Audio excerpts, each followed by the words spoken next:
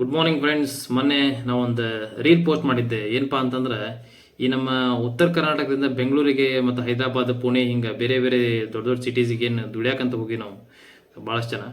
So ಅವ್ರಿಗೋಸ್ಕರ ಒಂದು video post ಮಾಡಿದ್ದೆ. ಯಾಕಂದ್ರೆ ಈ ರೀಸೆಂಟಾಗಿ ದಸರಾ ಹಬ್ಬ ಆತ. ದಸರಾ ಹಬ್ಬಕ್ಕೆ ಎಷ್ಟೋ ಜನಕ್ಕೆ ಮನೆಗೆ ಬರಕ್ಕೆ, ಅವ್ರ ಮನೆಗೆ ಬರೋಕ್ಕಲ್ಲ ಹಬ್ಬ ಆಚರಣೆ ಮಾಡೋಕೆ.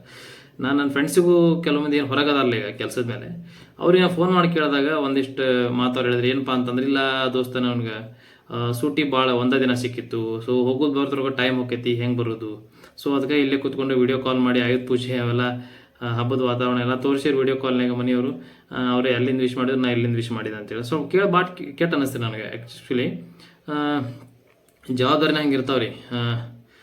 ನಮ್ಮ ಊರಾಗ ಪಗಾರ ಕಡಿಮೆ ಅಂಥೇಳಿ ದುಡ್ಯಾಕೆ ಹೋದವರು ಕೆಲವೊಬ್ರು. ಆಮೇಲೆ ನನಗೆ ಸೂಟೇಬಲ್ ನನ್ನ ಎಜುಕೇಷನ್ ಕ್ವಾಲಿಫಿಕೇಶನ್ ತಕ್ಕಂಗೆ ನೌಕರಿ ಸಿಗಾತಿಲ್ಲ ನಮ್ಮ ಊರಾಗ ಅಂತ ಅಂದ್ಕೊಂಡು ದೊಡ್ಡ ಸಿಟಿಗೆ ಶಿಫ್ಟ್ ಆದವರು ಅದಾರ.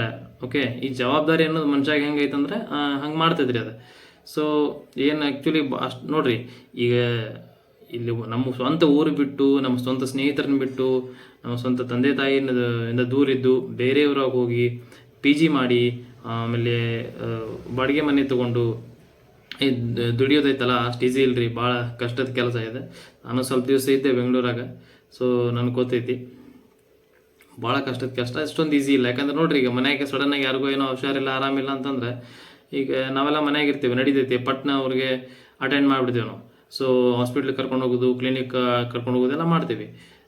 ಸೊ ದೂರಿದ್ದವ್ರಿಗೆ ಹಂಗಲ್ಲಲ್ಲ. ಅದ್ರಾಗ ಈ ಒಬ್ಬರೇ ಮಕ್ಳು ಇರ್ತಾರೆ ಗೊತ್ತೇನ್ರಿ, ಒಬ್ಬರೇ ಮಗ ಇರ್ತಾರಲ್ಲ, ಅವ್ರಿಗಂತೂ ಭಾಳ ತ್ರಾಸ ಆಕೈತೆ. ಯಾಕಂತಂದ್ರೆ ಮತ್ತೆ ಅವ್ರು ಯಾರಿಗಾರ ಫೋನ್ ಮಾಡ್ಬೇಕು, ದೋಸ್ತ ನಮ್ಮ ಮನ್ಯಾಗ ಹಿಂಗೆ ಆಕೈತಿ, ಸ್ವಲ್ಪ ಸ್ವಲ್ಪ ನೋಡ್ಕೊಲ್ಲ, ನಾ ಬರೋದು ಲೇಟ್ ಆಕೈತಿ, ಇಂಥವೆಲ್ಲ ನಡೀತಾವೆ. ಸೊ ನಿಮ್ಮೆಲ್ಲರಿಗೂ ಏನೀಗ ಊರು ಬಿಟ್ಟು ಊರಿಗೆ ಹೋಗಿ ದುಡಿಯಾಕತ್ತಿರಲ್ಲ, ನಿಮ್ಮ ಫ್ಯಾಮಿಲಿ ಜವಾಬ್ದಾರಿನ ಹೊತ್ತೀರಿ. ಸೊ ನಿಮಗೆಲ್ಲರಿಗೂ ಒಂದು ಬಿಗ್ ಸಲ್ಯೂಟ್. ಯಾಕಂದ್ರೆ ಅಷ್ಟು ಈಸಿ ಇಲ್ಲ, ನನಗೆ ಗೊತ್ತಾಯ್ತದ, ಭಾಳ ಹಾರ್ಡ್ ಐತಿ. ಲೈಕ್ ಆ ಫೀಲಿಂಗ ಬೇರೆ ರೀ. ಯಾಕಂದ್ರೆ ನಮ್ಮ ಸ್ವಂತ ಮನೆ, ಸ್ವಂತ ಊರು ಬಿಟ್ಟು ಹೊರಗಡೆ ಹೋಗಿ ಬೇರೆ ಯಾವುದೋ ಊರು ಅಲ್ಲಿ ಸೆಟ್ಲಾಗಿ ದುಡಿಯೋದೈತಲ್ಲ, ಮನೆಯಿಂದ ದೂರ ಇರೋದೈತಲ್ಲ, ಭಾಳ ಕಷ್ಟ ರೀ ಅದು. ಆದರೂ ಪ್ರತಿಯೊಬ್ಬರು ಸರ್ವೈವ್ ಆಗತ್ತೀರಿ. ಲೈಕ್ ನಿಮ್ಮ ಲೈಫನ್ನು ಕಟ್ಕೊಳತ್ತೀರಿ ಅಲ್ಲೇ. ಸೊ ಹೆಂಗೋ ಬ್ಯಾಲೆನ್ಸ್ ಮಾಡಿದ್ರಿ ಲೈಫ್. ಸೊ ಬಿಗ್ ಸಲ್ಯೂಟ್, ದೊಡ್ಡ ಅಪ್ರಿಸಿಯೇಷನ್ ನಿಮ್ಗೆ ಆ್ಯಕ್ಚುಲಿ. ಸೊ ಎಲ್ಲರೂ ಕೇರ್ ತೊಗೋರಿ, ಟೇಕ್ ಕೇರ್, ನಿಮ್ಮ ಫ್ಯಾಮ್ಲಿದು ಕೇರ್ ತೊಗೋರಿ, ನೀವು ಕೇರ್ ತೊಗೋರಿ.